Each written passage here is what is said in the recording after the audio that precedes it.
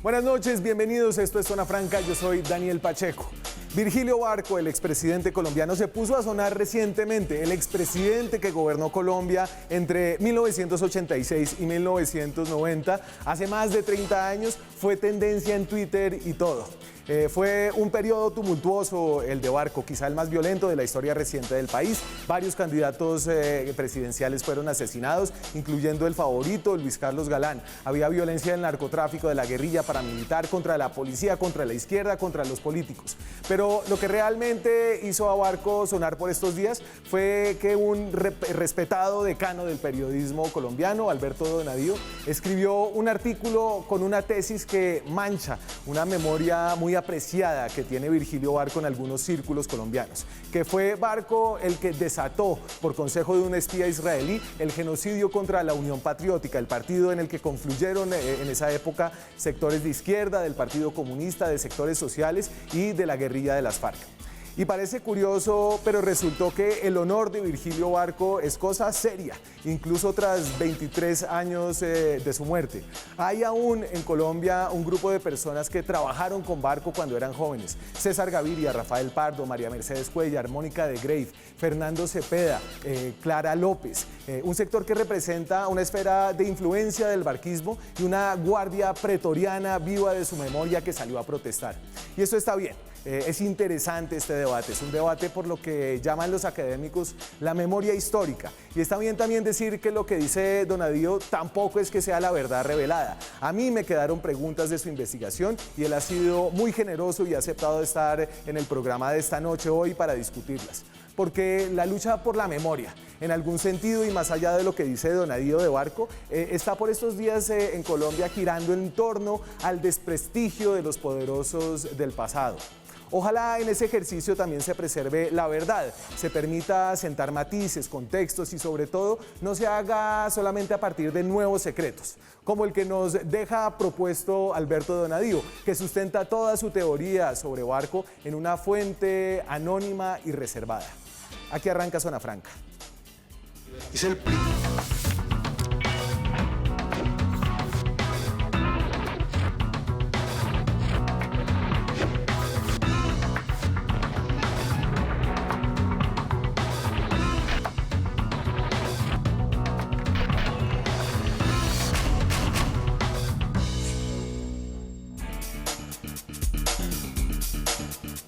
Y esta noche tenemos un programa chévere de viernes histórico para tener una conversación relajada e interesante con dos grandes personajes.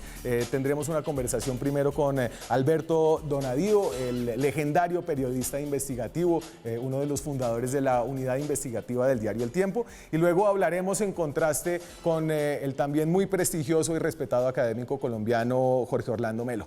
Arranco por Alberto Donadío, necesita poca presentación. Creo, Donadío, lo conocen por sus libros, por sus artículos en El Espectador y ahora en Los Danieles. Alberto, buenas noches, muchas gracias por pasar por acá. Buenas noches, Daniel, muchas gracias por la invitación. Muy complacido de estar en este programa y estoy dispuesto a conversar de este tema que ha sido muy polémico esta semana. Chévere, no, y chévere, usted me dijo, venga, si me va a invitar, invíteme, pero para hablar tendido. No vamos aquí a ponernos a correr con los tiempos de la televisión que usted sabe cómo son. ¿Usted se imaginó que iba a haber tanta polvareda cuando escribió el artículo ahí en Los Danieles? Un artículo que es como una pata adicional de lo que usted ya venía trabajando acerca de Raffi Etienne en El Espectador, ¿no? Exactamente, Daniel. Sí, digamos, se han publicado dos artículos en El Espectador a mediados de diciembre contando toda la historia de Raffi Eitan, el legendario espía de Israel que capturó en el año 60 en Buenos Aires al criminal de guerra nazi Adolf Eichmann, que fue el encargado de organizar las redes ferroviarias que llevaron a 6 millones de judíos a los campos de exterminio. Y luego la continuación que se publicó el 10 de enero en Los Danieles y el debate que hubo el domingo pasado, el 17 de enero, con Los Danieles y con el expresidente César Gaviria. Claro, César Gaviria, que fue el ministro de gobierno de Barco, ¿no? De gobierno y antes había sido su ministro de Hacienda. estuvo prácticamente todos los 4 años del gobierno de Barco, es cierto. Es increíble que haya pues un barquismo vivo todavía. Esa fue una administración en la que trabajó mucha gente joven y que finalmente, 30 años después, está hoy todavía activa en la política colombiana. Sí, es cierto que están activos y están presentes. Obviamente cualquiera de esos que acompañaron a Barco, pues su testimonio es importante que se conozca, pero creo yo que lo importante de estos debates es tener en cuenta lo siguiente: los expresidentes no son monarcas, son personas que han ejercido el poder por delegación del pueblo, tienen un poder derivado, no es un poder de ellos mismos. Y por lo tanto, de acuerdo con el orden constitucional colombiano, toda persona, todo periodista, todo ciudadano puede en cualquier momento pedir cuentas de esa gestión. Y pedir cuentas incluso cuando han fallecido, porque muchas personas dicen, ¿por qué hablan mal de los muertos? Es que el ejercicio del poder se puede cuestionar durante el gobierno del presidente de turno o mucho después. El expresidente Eduardo Santos decía que él estaba dispuesto a responder por sus actos durante su gobierno del año 38 al 42, que estaba dispuesto a responder después de cesar en funciones y que esperaba que después de muerto Sí. respondieran por él sus herederos. Entonces yo creo que hay que tener en cuenta eso, porque no se trata de hablar mal de los muertos. Esa es una consideración familiar. En las familias tal vez no se debe hablar mal de los muertos, pero estamos hablando de los exfuncionarios. De la gente que hizo historia de este país, y la historia de este país y sobre todo su historia pública es precisamente eso. Yo estoy de acuerdo con usted, Alberto, que ese no es creo que la arista más interesante de este debate, pero a mí me interesa que echemos la historia esta noche, ya que tenemos unos minutos, y que hablemos un poquito. Déjeme primero, le damos un poquito de color a Virgilio Barco. Lo tengo aquí hablando como para escuchar su voz y regresar, para los que todavía se acuerdan de ese gobierno, a ese momento, y usted ahorita les da una pincelada para que entendamos qué estaba pasando en esta presidencia y quién era Virgilio Barco, que eso es importante para esta historia. Ahí va. Es el primer ejemplo de un proceso en el cual se ha alcanzado el suficiente consenso para aclimatar la paz entre el Estado y una organización rebelde en actividad. Sin duda, esto tiene un significado especial para Colombia y también para todas aquellas naciones que luchan por encontrar una vía hacia la reconciliación nacional. Y entonces, Alberto, Virgilio Barco era un cucuteño, pero no era un provinciano. Virgilio Barco fue un tipo que salió a estudiar a Estados Unidos, que se casó con una estadounidense y que tuvo una serie de relaciones en la capital del mundo en ese momento, ¿cierto? Sí, él estudió en los años 40 durante la Segunda Guerra Mundial en el MIT en Boston, que creo que muy pocos colombianos pudieron estudiar en ese momento. Su familia pues ya gozaba de los ingresos de la concesión Barco, recibía una suma por cada barril de petróleo que se sacaba en Tibú, que antes lo hacía la Colombian Petroleum Company, cuyo gerente fue luego su suegro, o sea, el papá de su señora Carolina Isaacson, que vivía en Cúcuta, y él vivía en Cúcuta y se conoció en Cúcuta con su novia gringa, y luego él volvió a los Estados Unidos en los años 50 a hacer un título de economista, y siempre se le vio como muy cercano a los Estados Unidos por sus estudios y por su matrimonio, por el tiempo en que trabajó en el Banco Mundial desde el 68, después de ser alcalde de Bogotá, y luego a finales de los 70 como embajador de Colombia.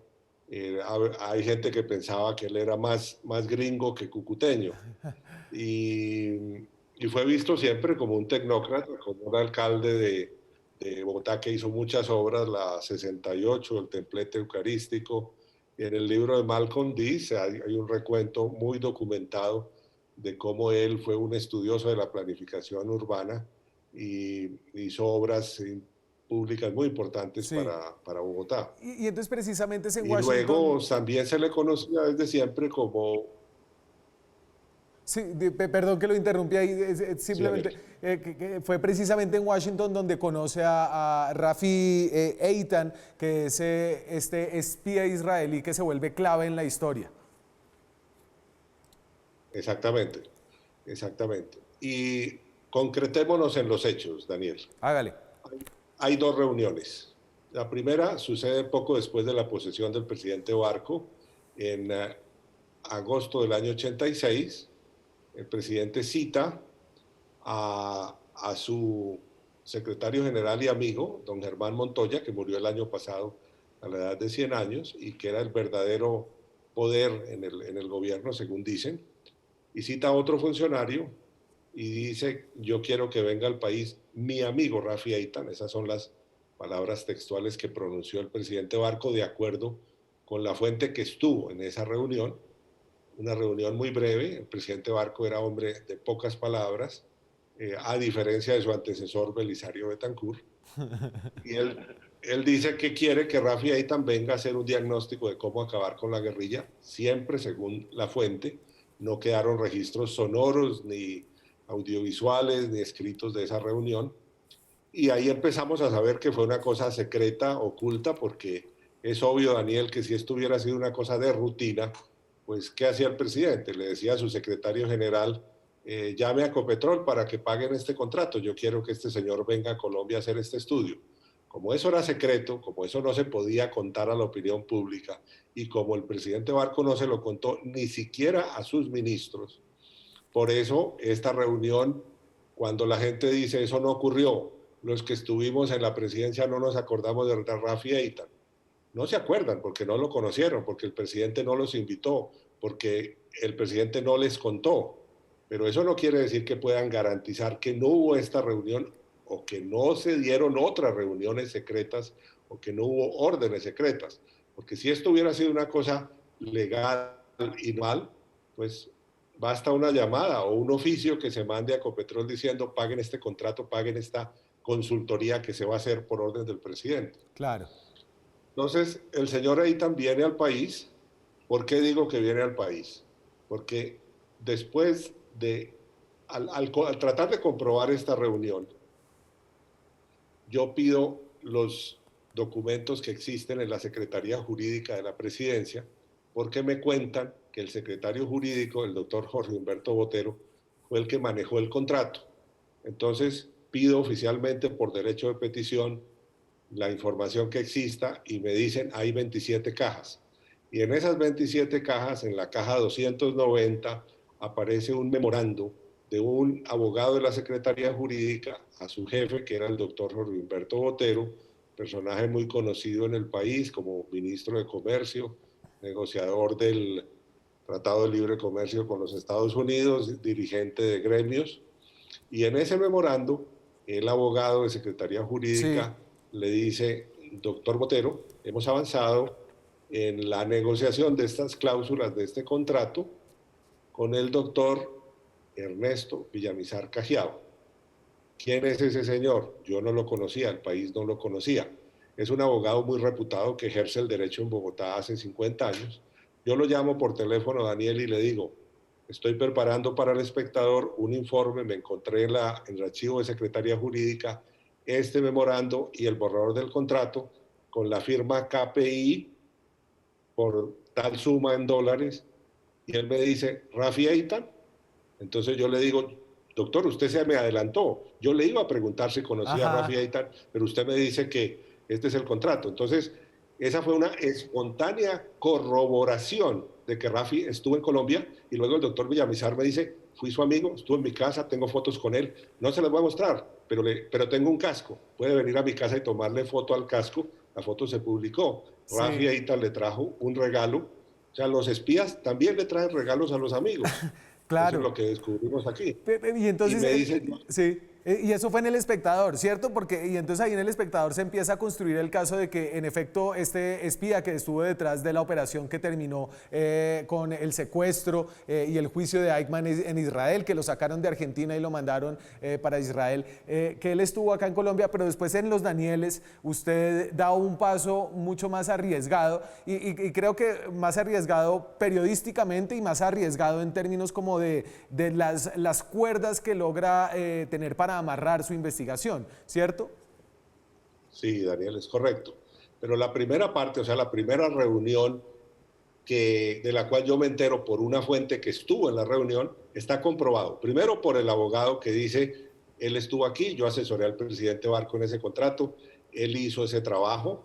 Luego resultó que tiempo después de haber iniciado yo esta pesquisa en los archivos de la presidencia, un día ociosamente pongo en Google los nombres Rafi Eitan, Virgilio Barco, y me sale un artículo publicado en el 89 en el Washington Post, donde dice, Rafi Eitan es actualmente el asesor de seguridad nacional del presidente de Colombia, Virgilio Barco Vargas.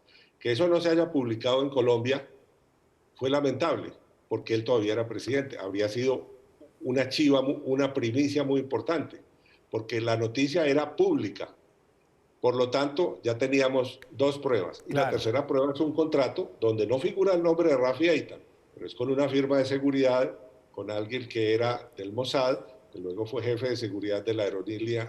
Pero la respuesta espontánea de su fuente... Entonces tenemos esas pruebas. La respuesta espontánea de su fuente cuando lo llamó, creo que ayuda a construir un vínculo entre esa firma israelí y Eichmann, ¿no? Y después el paso arriesgado es que usted dice y usted consigue una fuente que dice que estuvo o que escuchó de la reunión en la que Eichmann es llevado a Palacio y en un círculo muy cercano recomienda el exterminio de la UP, a lo que los militares dicen, estamos de acuerdo solamente si nos dejan a nosotros hacerlo, básicamente. Estoy tal vez trastocando algo los lugares y los momentos, pero es un poco ese el fondo del asunto. Sí, Daniel, hubo una segunda reunión, siempre según la misma fuente, que estuvo presente en las dos reuniones y oyó esto del presidente Barco. Pero Eitan no está en esa reunión. No me consta que Eitan, ni a la fuente le consta que Eitan haya estado en la casa de Nariño. La segunda reunión está también don Germán Montoya y el presidente dice, Eitan ha recomendado que hay que eliminar a la Unión Patriótica. Pero no sabemos si hay un informe escrito, sabemos solamente el testimonio de la fuente que estuvo presente en ambas reuniones. Lo que la fuente dice sobre la primera ya quedó demostrado con documentos. No fue, Daniel, sorprendentemente no fue tan difícil como yo pensaba, porque dejaron dos rastros. Uno, el casco, que es el regalo a un amigo, y otro, que hay un borrador de un contrato. Entonces, y luego faltan otras pruebas que yo no puedo conseguir, espero que la JEP las consiga, que son los pagos hechos por Ecopetrol, porque tenemos el número de la cuenta, sí, el nombre del banco en Nueva York, de un banco de Israel donde se hicieron los pagos, y luego porque el contrato dice que esos enviados que venían de Israel a esa misión se iban a alojar en el Hotel La Fontana. Si vamos al registro de huéspedes de ese año, es posible que encontremos ahí los nombres de los acompañantes, porque el contrato contempla que se le darán a esta firma hasta 50 pasajes aéreos en la ruta Tel Aviv, Bogotá, Tel Aviv. ¿Cuántos vinieron de los 50? No sabemos. Pero esa primera reunión está, creo yo, suficientemente comprobada, aunque se pueden conseguir más documentos. Perfecto. Luego la fuente dice, hubo una segunda reunión, un tiempo después, donde el presidente refiere que Eitan ha dado esa recomendación y el presidente está de acuerdo que él la ejecute y que por lo tanto se le dé un segundo contrato. Hubo un primer contrato, el segundo no lo hubo porque hubo oposición del mando militar, pero el presidente, según la fuente, no cuestiona la recomendación de Eitan, que es eliminar a la UP. Perfecto, Alberto, entonces estamos en un momento perfecto. El contenido fundamental. Estamos en un momento perfecto para hacer una breve pausa. Yo le tengo ya varias preguntas de la investigación. Usted empieza a dejar unos rastros para periodistas curiosos e investigadores contemporáneos para que sigan jalando esta pita de la historia colombiana, una pita en la que creo que la propuesta inicial, que es la más valiosa, es aquí no hay historias de las cuales no se puede hablar, no hay muertos, expresidentes sobre todo, a quienes no se pueda cuestionar. Vamos a hacer una breve pausa y ya regresamos. Seguimos en Zona Franca. Esta noche estamos haciendo un programa histórico, un programa de debate histórico, lo que se llama la memoria histórica, acerca del magnicidio de la Unión Patriótica. Para ustedes que no lo tengan presente, este es tal vez el ejercicio de eliminación política más grande que haya habido en Colombia en los últimos 30 años. Las víctimas de la UP, tenemos por aquí algunos datos del Centro de Memoria Histórica. Levantamos unos datos, estos son tal vez los más recientes. Ahí viene, son en total, al menos de asesinatos selectivos, desaparición forzada y asesinatos en masacres, 4.153, 3.122 en asesinatos selectivos, se los fueron bajando uno a uno, a 500 de ellos los desaparecieron forzosamente, asesinatos en masacres 478, secuestros y otras modalidades. Un genocidio por el que ha sido condenado el Estado colombiano ante tribunales internacionales por su omisión de responsabilidad y por el papel que tuvo la fuerza pública. Eso está aprobado en la comisión de este genocidio. Estamos hablando esta noche con Alberto Donadío, periodista investigativo, quien lanza una tesis controversial, una tesis acerca de quién está realmente detrás de este genocidio, de la idea de este genocidio, y dice Donadío, fue Rafi Eitan, un espía israelí, quien se lo recomendó al presidente Virgilio Barco, quien no se opuso y empezó a llevar a cabo esta campaña sistemática de exterminación a través de los militares. Y Alberto, usted en el artículo que publica en Los Danieles depende de una fuente, ¿cierto? Y entonces aquí usted me entenderá que a mí me gusta que me revelen secretos, pero me deja un poquito picado que encima del secreto revelado se ponga un nuevo secreto, y es quién es esta fuente que le habla a usted. Sí, yo quisiera revelar esa fuente, pero miremos cuál es el origen de la operación. La operación es encubierta, es secreta, es reservada. El expresidente Gaviria, que fue ministro de Barco, dice que no la conocía. Un alto funcionario como fue Rafael Pardo dice que no se enteró. Otro ministro que yo contacté, que no puedo dar el nombre, me dijo que a él tampoco le contaron. Entonces, el presidente hace una cosa a espaldas de los ciudadanos, porque es una cosa por lo menos insólita. Ordenar una operación de inteligencia desde la Casa de Nariño, que además se hace no por los organismos de inteligencia del Estado, sino por un particular que tiene, sí, plena experiencia en operaciones de inteligencia, como es el legendario Rafi Eitan. No vamos a cuestionar su hoja de vida, pero la operación es secreta, el presidente la ordena y no quiere que se sepa. Entonces, ¿cómo podemos avanzar en la comprobación de esa conducta del presidente si no es a través de una fuente que habla y que no quiere ser identificada? Pero es una fuente que estuvo en las dos reuniones y que refiere lo que el presidente dijo, que eso llama la atención, que eso sorprende, todo eso es cierto. La fuente no es el gabinete, la fuente es un alto funcionario del gobierno de Barco. Y no es Barco ni es don Germán Montoya, que ya fallecieron. Y Alberto, entonces usted, y le voy a citar textualmente que el pedazo al que los periodistas le pusimos más el ojo de la columna. Una fuente cuyo nombre debo reservar. ¿Usted por qué debe reservar esa fuente? Porque después de 30 años de que se ha acabado este gobierno, después de 23 años de la muerte de Virgilio Barco, ¿por qué esta persona siente que debe todavía permanecer anónima? Y sobre todo, ¿será digamos, una condición permanente de esta fuente? ¿O usted cree que podría con el tiempo salir a la luz quién es? Yo creo que en estos casos, Daniel, se debe aplicar la regla que plantearon hace 50 años Woodward y Bernstein en Watergate sobre la famosa garganta profunda, que hubo muchas especulaciones de quién habría sido la fuente que les confirmaba a ellos la información que tenían y que les daba información. Se publicaron infinidad de artículos en los Estados Unidos especulando quién pudo ser, y ellos dijeron: cuando la fuente fallezca, la revelaremos. No lo tuvieron que hacer así porque la fuente, ya muy vieja, decidió decir: yo fui la fuente. Sí. Porque, entre otras cosas, quería vender un libro para pagarle la matrícula en la universidad a una nieta. Esa fue su motivación, y se supo que era el subdirector del FBI. En este caso, yo creo que también se aplicará ese mismo criterio. Si antes se puede revelar, se revelará, pero la fuente existe y la fuente lo oyó el presidente. Entonces, eso es lo que da valor a esto, porque aquí no estamos hablando sino de una cosa, Daniel, una cosa, que aquí hubo 3.000 muertos, 3.000 colombianos que fueron muertos. Aún si todos fueran guerrilleros, asesinos, secuestradores, voladores de oleoductos, que no lo fueron, de todas maneras el presidente en ningún momento puede decir: los eliminan. No se puede hacer eso, la ley no se lo permite. Entonces, es más importante revelar esa fuente para que los organismos que sí pueden ahondar en esto judicialmente lleguen a esas comprobaciones, sí, que guardar el prestigio del presidente. El prestigio del presidente ya está afectado porque el presidente hizo una cosa que es ilícita. Ecopetrol, en su objeto social, no está autorizado para pagar gastos que no se pueden pagar del presupuesto del Departamento Administrativo de la Presidencia de la República. Y luego, que es una cosa que quería mantener oculta. ¿Por qué la quería mantener oculta? Si era tan benéfica para el país y para la seguridad del país, ¿por qué no la reveló?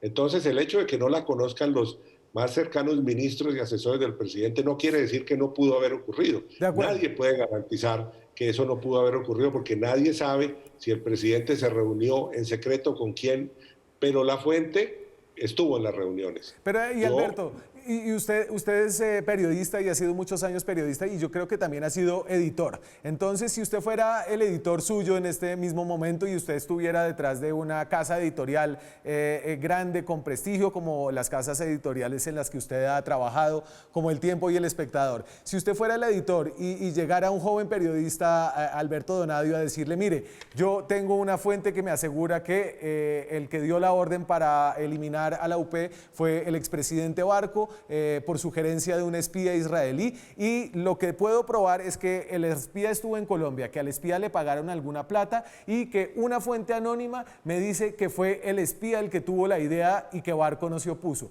¿Usted le publicaría esa historia? Le pregunto quién es la fuente. Como le comuniqué a los editores de los Danieles quién es la fuente. Para que ellos supieran quién es la fuente, porque entre los editores lo mismo hacíamos con Daniel Samper Pizano en la unidad investigativa. O sea, Daniel Coronel... yo conocía la fuente y Daniel conocía las fuentes mías, pero eso no implica revelarlas por fuera, que la fuente se protege porque la fuente habla a condición de no ser revelada. Si más adelante la fuente cambia de opinión, pues se revelará. Y si no, la revelaré cuando se pueda revelar, que es a la muerte de la fuente. Pero entonces, Alberto, Daniel Coronel y Daniel Samper Ospina saben quién es su fuente y por eso dijeron: bueno, nosotros aquí le vamos a poner la tribuna, porque definitivamente es curioso que usted no lo haya publicado en El Espectador, sino en Los Danieles. Y de hecho, El Espectador sacó recientemente una historia diciendo por qué la versión de Donadio no cuadra un poco con el contexto de la época. Fue, digamos, una búsqueda de un editor arriesgado lo que le permitió hacer esta historia que usted hizo y que suscita todo este debate. Daniel, yo siempre busco la prueba irrefutable en las investigaciones. En este caso, la primera parte ya tiene su prueba irrefutable. Hay un contrato que está en el archivo de la Presidencia de la República. Me lo entrega la actual secretaria jurídica, la doctora Clara María González Zavala. Eso lo puedo demostrar. Se sabe en qué caja está, eso se puede verificar.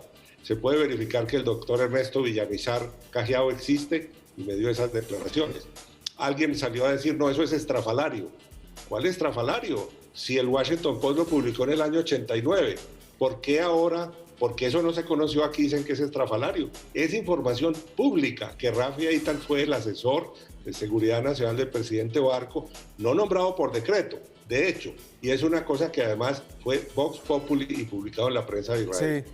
La segunda parte no se puede comprobar porque ¿cómo vamos a comprobar con documentos lo que se dijo en una reunión de 3 minutos Claro. en que estaba el presidente de la República?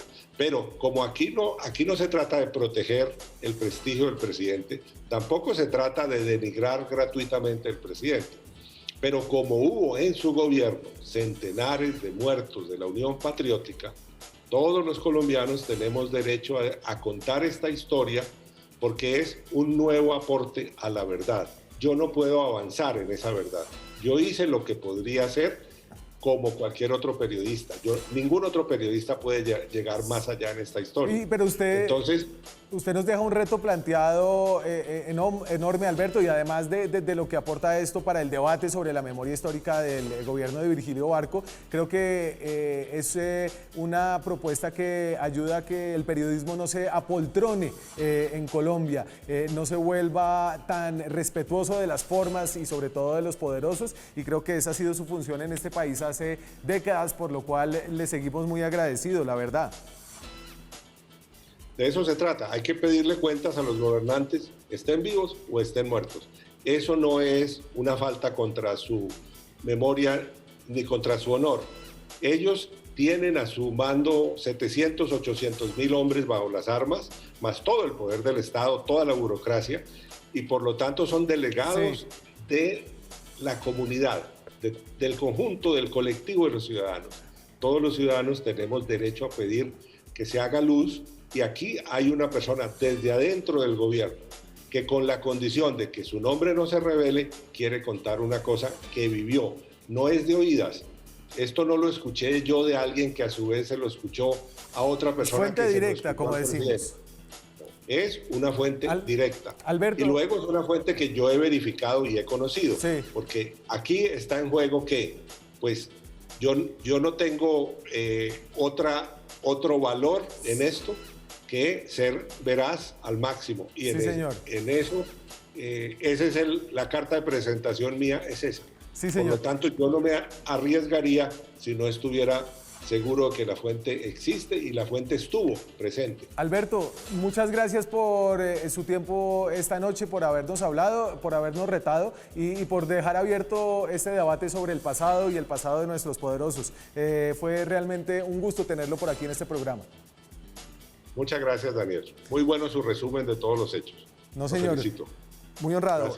Seguimos aquí nosotros con una voz distinta, con un contrapeso, la del historiador Jorge Orlando Melo, quien fue muy activo durante la época de Virgilio Barco, quien tiene una versión distinta de lo que pasó. Ya regresamos.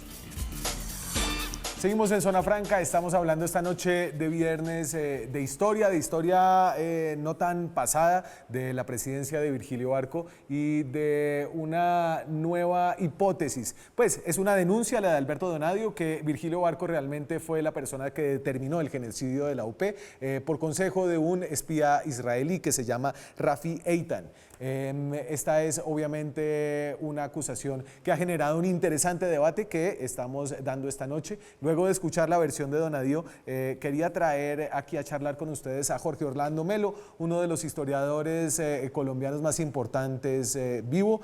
Jorge Orlando Melo fue profesor muchos años de la Universidad Nacional, estudió en la Universidad del Valle, en Duke University, entre el 64 y el 90 estuvo activo en la academia. ¿Qué tal? ¿Cómo está Jorge Orlando? Buenas noches. Muy buenas noches. Y entonces acabo de hablar con Donadio y créame que en la conversación que tuve le pregunté varias veces cómo es que toda esta historia se puede sostener solamente con una fuente reservada, con las cosas que no cuadraban, sí se podía probar que Eitan había estado en Colombia, pero que eso no necesariamente llevaba a que hubiera sido el determinador como de este genocidio colectivo. Con usted me gustaría como tratar la versión más interesante, que es la del contexto de la época y por qué la historia vista así como la pone Donadio, que sucede porque un espía viene y le dice al presidente y el presidente decide, tal vez no es la historia real, que la historia está determinada por muchas más fuerzas, por actores, por contextos y tal vez que podamos entender el contexto de la presidencia de Virgilio Barco. Bueno, yo creo que, por supuesto, la afirmación de Donadio tiene el problema ese de que se basa en una sola fuente y en realidad eso podría ser válido. De todas maneras, cuando uno tiene solo una fuente, pues tiene que ver en qué medida eso casa con el resto de la información que está disponible. Yo creo que está relativamente claro que Eitan vino a Colombia. Hay otros elementos que lo demuestran. Está mencionado, por ejemplo, en las memorias de Guillermo Perry, no personalmente, pero se menciona que tuvo unos asesores israelitas de seguridad y Perry incluso menciona la posibilidad de que le diera información sobre cómo frenar los atentados del ELN a Ecopetrol. Y esto enlaza de alguna manera con algunas de las cosas que ha dicho Donadio. Pero lo que sí es muy difícil es pensar que Barco en el año 86, cuando en ese momento estaba en una estrategia política completamente diferente, que era la de darle un poco de fuerza a la UP con el objeto de impulsar, digamos, la negociación con las FARC, hubiera aprobado una propuesta tan loca como esta y lo hubiera aprobado en forma pública, es decir, frente a un alto militar y frente a un alto asesor de él. En realidad, este es el tipo de cosas que a veces los políticos están dispuestos a permitir que pasen, pero no a dar una orden clara y abierta y con testigos. De manera que yo francamente creo que ese testigo de Donadio es un testigo al cual se le ha transformado algo, el recuerdo por lo que realmente pasó.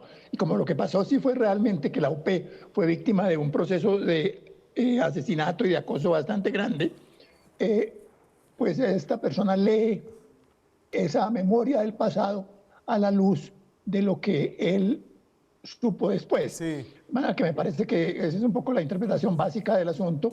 Por eso, aunque yo no veto el hecho de que a veces estas cosas se puedan basar en una sola fuente, en este caso concreto tiendo a pensar que la fuente está un poco confundida.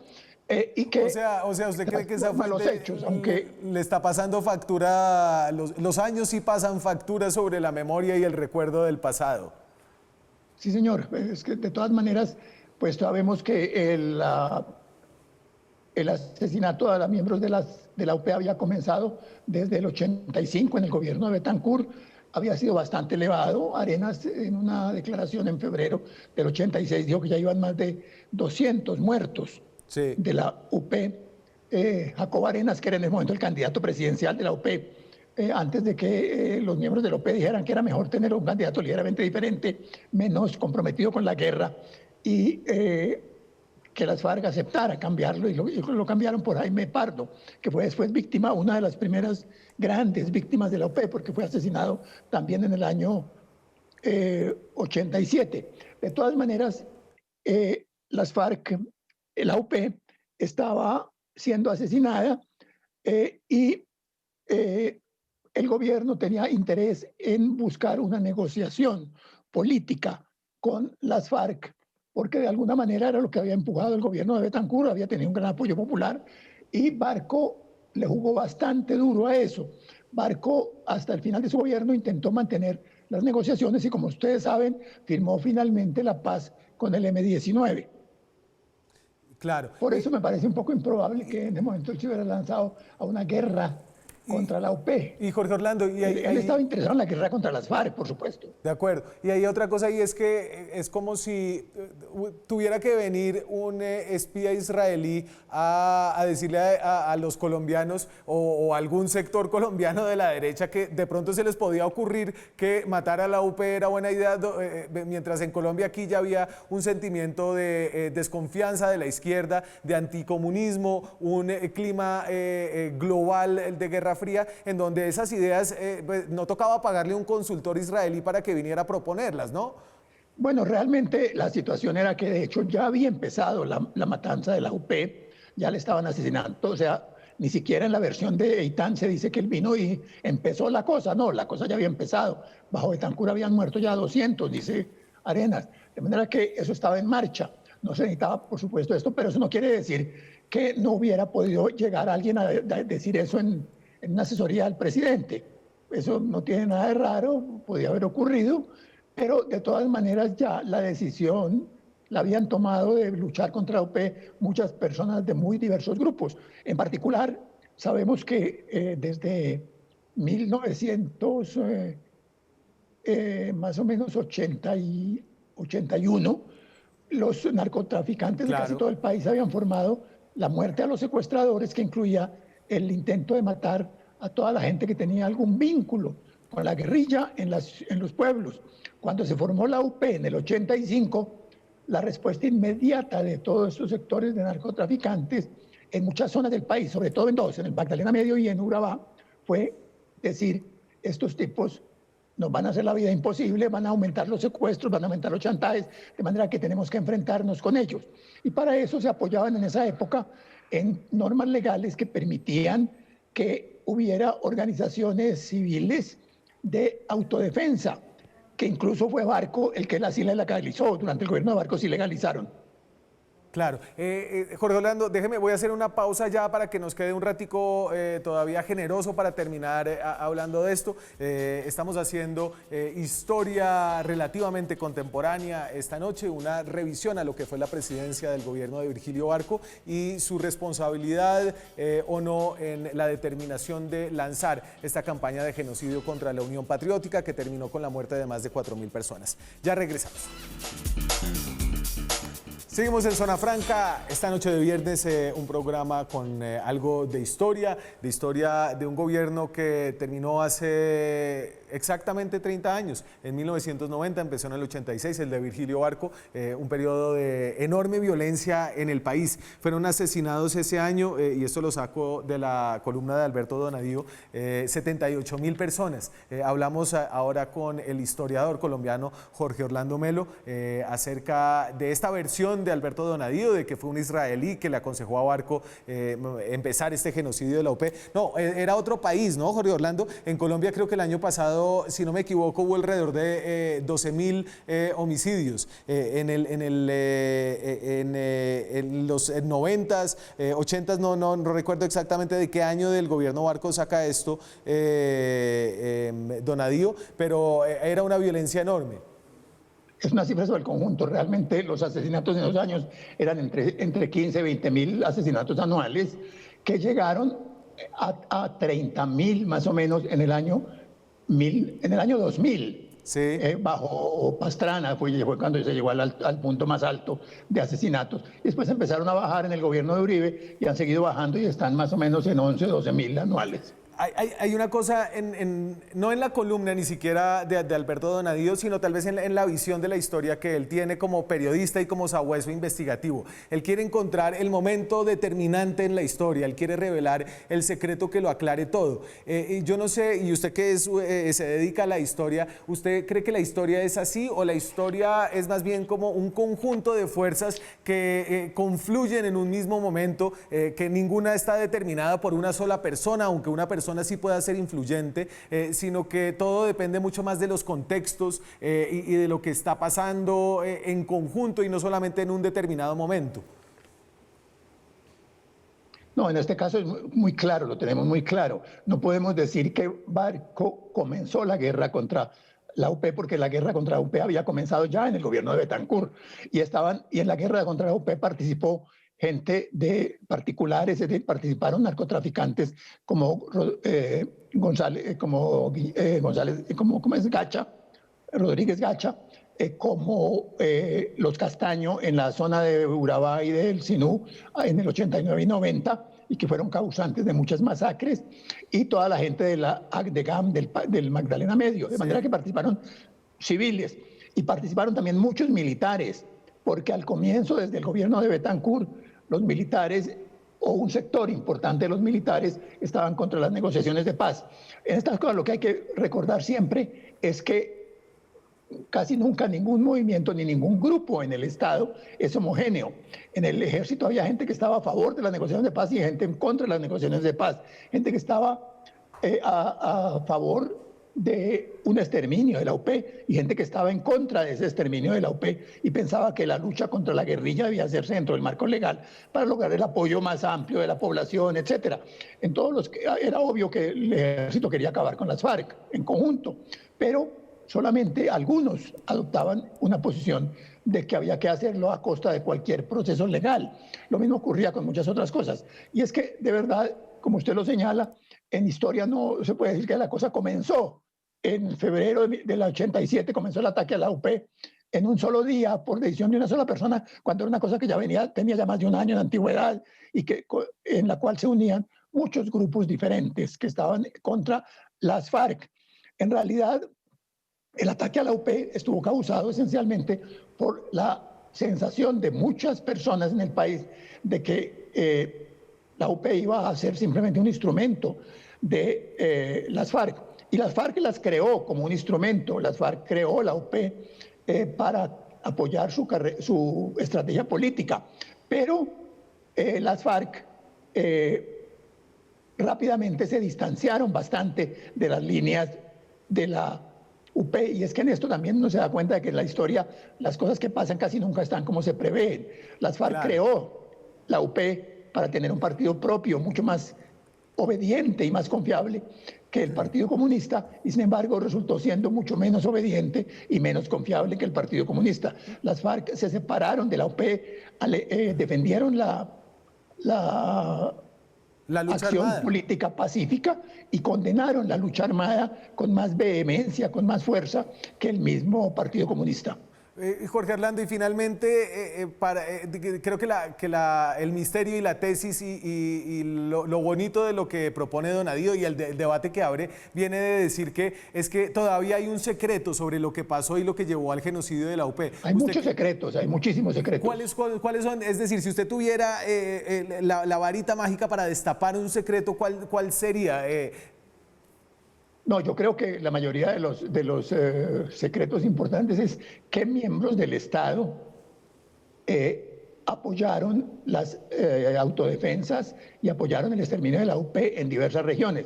Yo estoy seguro de que hubo generales importantes del ejército que los apoyaron, aunque hubo otros que estuvieron en contra.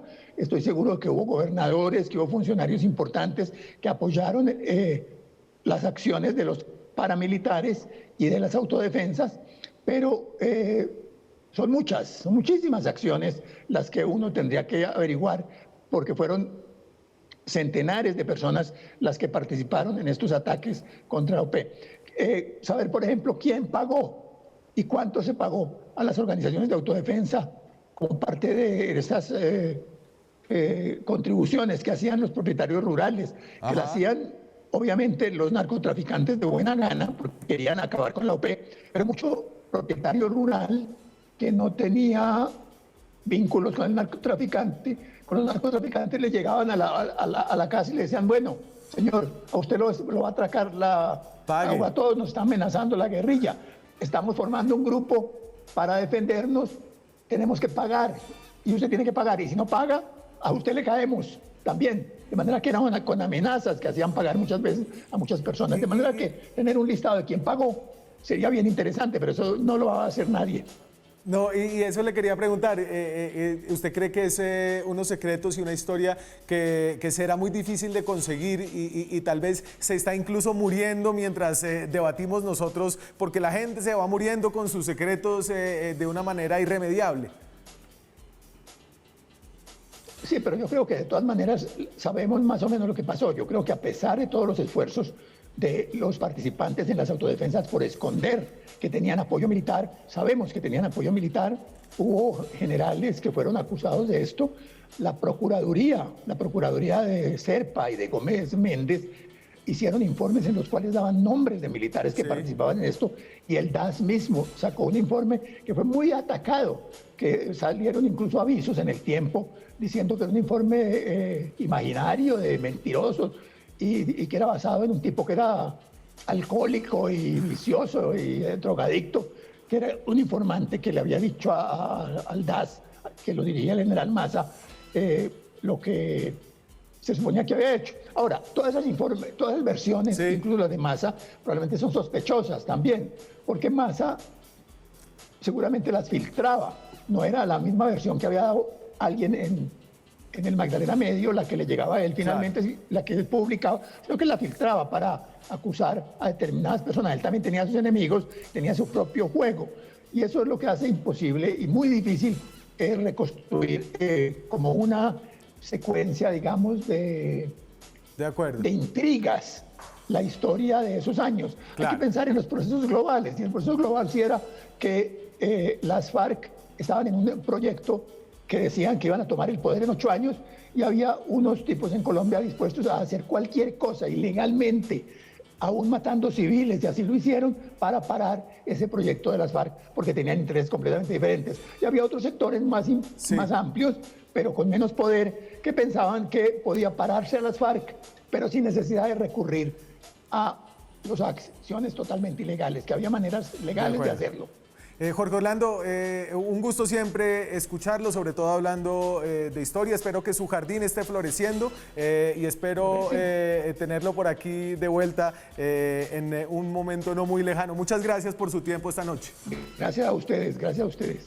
A nosotros se nos acabó el tiempo, un programa delicioso hoy de historia y periodismo sobre el pasado, sobre los secretos que permanecen y sobre los que ahí poco a poco se han ido levantados. Muchas gracias por acompañarnos esta semana. Acuérdense, la próxima semana Zona Franca crece, vienen sorpresas en este programa que estamos muy contentos de compartir con ustedes. Péguense el lunes, va a estar chévere. Nos vemos la próxima semana con más periodismo, más debate, más opinión. Chao.